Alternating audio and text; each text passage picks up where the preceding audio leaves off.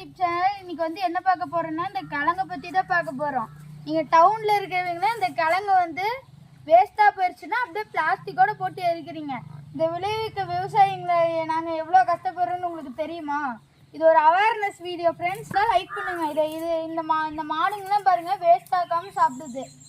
அந்த சரி இது சரி இதை சாப்பிட்டுட்டு வந்து மாடுங்க போடுற வேஸ்ட்டை வந்து கோவிலில் திருநீர்ங்களா அதுக்கும் இதை மாடுங்களோட வேஸ்ட்டை தான் யூஸ் பண்ணுவாங்க. அப்புறம் இது வந்து காட்டுக்கும் வந்து உரமாகுது. வரவில்லாத காலத்தில் வந்து சாணியை வந்து என்ன பண்ணுவாங்கன்னா செவுத்துல தட்டி காய வச்சு எரிப்பாங்க அந்த காலத்துல எல்லாம் ஃப்ரெண்ட்ஸ்.